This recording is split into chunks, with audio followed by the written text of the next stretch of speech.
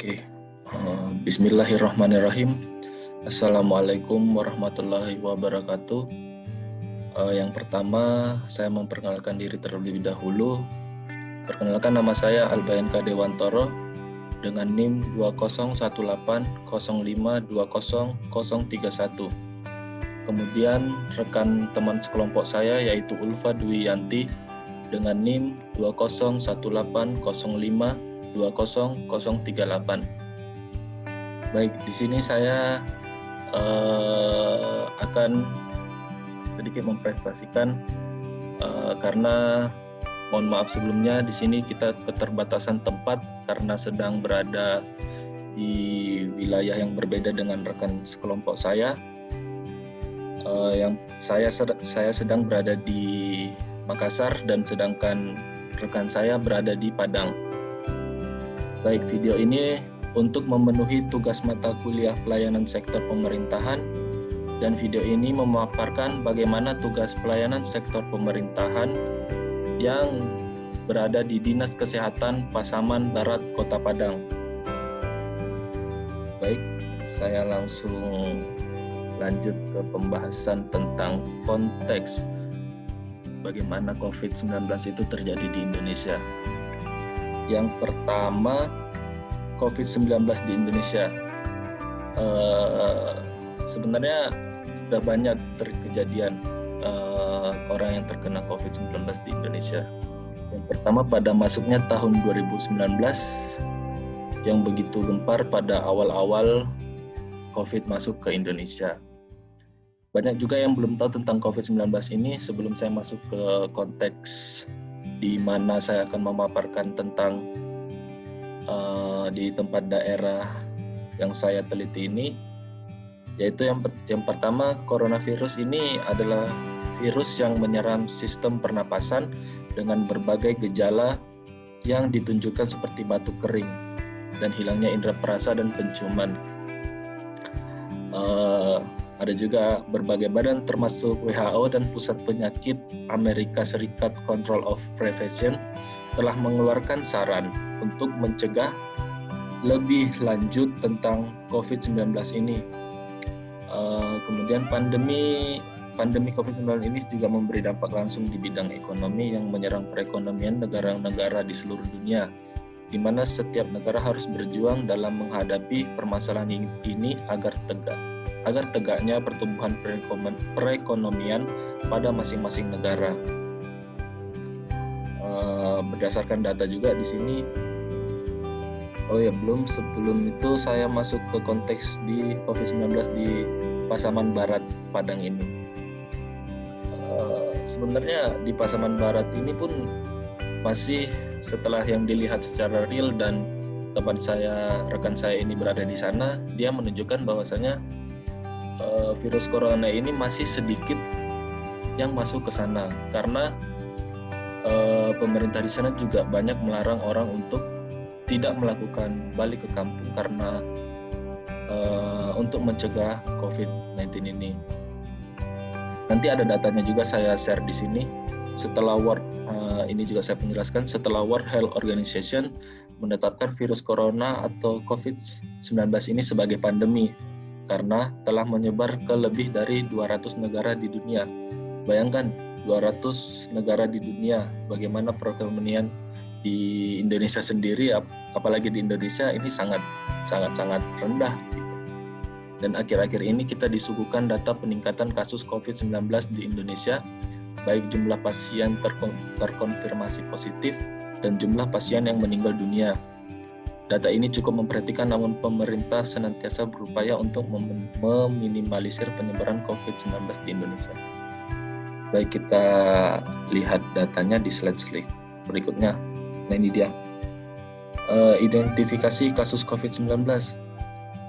Jadi, saya mengambil data ini dari internet karena untuk memastikan bahwasannya data ini data real, jadi saya melakukan pembacaan lebih terhadap apa yang saya ambil di Google. Untuk Indonesia sekarang 1,89 juta orang.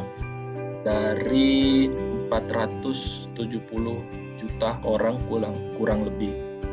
Tapi ini data yang sebenarnya ya kurang lebih ini udah termasuk besar gitu bagi 1,89 juta orang. Satu orang pun sebenarnya sudah termasuk besar gitu, bahwasanya kasus ini memang benar-benar harus ditangani dengan sebaik-baiknya. Dan tapi di sisi lain alhamdulillah sembuh di 1,73 juta orang. Jadi Indonesia sangat baik untuk menangani kasus-kasus seperti COVID-19 ini. Kemudian yang meninggal 52.373 orang. Nah ini yang sangat menarik adalah bahwasanya di Pasaman Barat, Kabupaten Ibu Kota Padang ini sangat-sangat sedikit, walaupun terbilang ribuan, tetapi jika dibandingkan dengan jumlah yang ada di sana, kasus di angka 1.143 ini lumayan sedikit, dan berarti apabila ada data yang seperti ini, maka pemerintahan di sana dibilang begitu sedikit sukses lah untuk menangani kasus COVID ini, dan sembuh 1.069 dan meninggal 22 orang. Baik, kemudian saya akan memaparkan yang selanjutnya. Nah ini dia, kita masuk ke penjelasan Dinas Kesehatan di Pasaman Barat. Jadi dalam rangka menindaklanjuti arahan Presiden ya terkait dengan prioritas penggunaan dana desa untuk memperkuat sendi-sendi ekonomi melalui padat karya atau biasa disingkat PKTD. Jadi pencegahan penyebaran COVID-19 yang disebut dalam edaran ini adalah desa yang diinstruksikan untuk membentuk relawan desa lawan COVID-19 yang terdiri dari semua elemen lah, desa, tokoh masyarakat, dan mitra-mitra lainnya lah yang untuk di sana. Kemudian ada pun juga pencegahan dan penanganan COVID-19 ini, yaitu untuk mengimplementasikan kegiatan relawan antara lain sosialisasi COVID-19.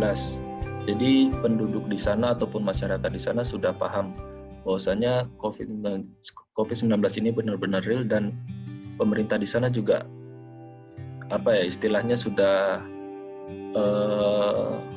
berbuat istilahnya sudah melakukan tugasnya dengan baik gitu, karena sudah mengimplementasikan pencegahan ini. Kemudian prosedur pelayanan di dinas kesehatan setempat. Jadi ada juga tuh prosedur yang dilakukan di sana setelah teman saya di sana sudah terjun atau juga dia melihat setempatnya. Di sana tuh penambahan ODP dan PDP di Kabupaten Pasaman Barat itu potensinya biasanya mudik. Jadi biasanya Pemprov dan Pemkab harus benar-benar memperhatikan dan melibatkan desa dan pencegahan COVID-19 dengan memastikan bahwa edaran yang dikeluarkan oleh pemerintah pusat melalui Kementerian Desa itu harus diperhatikan dengan baik, dan transmisinya dapat berjalan dengan baik juga di sana. Jadi makanya yang data yang tadi saya sampaikan itu benar-benar pemerintah di sana sudah menjalankan tugasnya dengan baik begitu.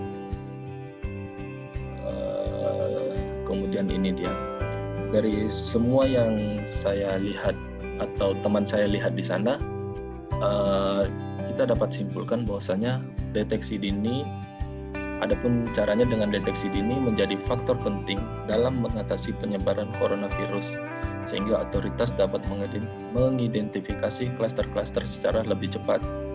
Beberapa saran juga ada yang disampaikan kepada WHO, yakni meningkatkan mekanisme respon darurat, termasuk meminta Indonesia segera melegalisasikan situasi darurat nasional, mendidik masyarakat, dan berkomunikasi secara aktif dengan menerapkan komunikasi risiko yang tetap, serta lebih meningkatkan komunitas, lebih intensif melakukan pelacakan terhadap kasus-kasus positif COVID-19, melakukan desentralisasi laboratorium agar tim tangkap penanggulangan bisa dipetakan klaster dan penyebarannya, serta dapat membagi data detail tentang pendekatan yang dilakukan Indonesia dan langkah pemerintah dalam melakukan pengawasan dan pemeriksaan, termasuk data identifikasi kontak para pasien dan rangkuman data penelusuran kontak pasien COVID-19. Mungkin itu saja yang dapat kelompok kami dapat sampaikan. Mungkin banyak kesalahan dalam tutur kata yang saya sampaikan di sini. Mohon maaf sekali lagi karena kelompok kami tidak bisa langsung hadir ke tempat karena keterbatasan waktu dan tempat kami yang berbeda. Kurang lebihnya mohon maaf. Assalamualaikum warahmatullahi wabarakatuh.